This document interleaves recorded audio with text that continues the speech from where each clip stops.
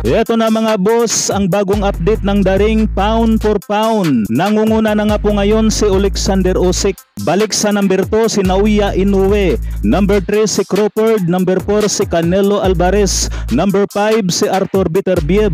Number 6 si Dimitri Bivol. Number 7 si Errol Spence. Number 8 si Davis. Number 9 si Jesse Rodriguez. At number 10 si Hunto Nakatani. Para nga po sa inyong lingkod ay okay naman yan mga boss. Maliban lang nitong number 7 na si Errol Spence na halos isang taon na nga po itong walang laban. Galing sa talo, pinagulong nga lang po ito ni Crawford, pero nakaluklok pa rin sa daring number 7 pound for pound. So kayo na po ang bahala humusga kay Errol Spence mga boss, kung siya ba ay nararapat sa daring number 7 pound for pound. Paki-comment po sa ibaba. Samantala, kung tatanungin nyo naman kung sino sa top 10 pound for pound ang pinakamalakas kumita ng limpak-limpak na salapi, yan po mga boss ay walang iba kundi si Canelo Alvarez. Habang itong si Tank Davis naman ang may pinakamataas na pay-per-view buys. Ito naman mga boss ang pinakabagong ensayo ng ating pambato na si Cuadro Alas Casimiro.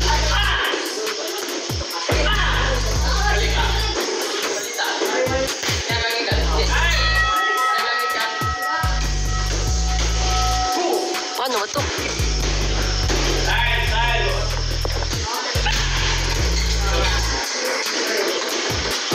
Shoutout idol from Santa Cruz, Davao del Sur.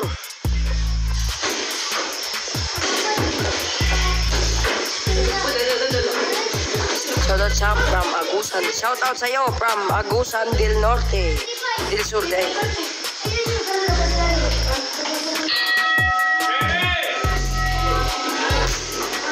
Idol pa shoutout. Shoutout sa'yo, P. Harayo. Shoutout from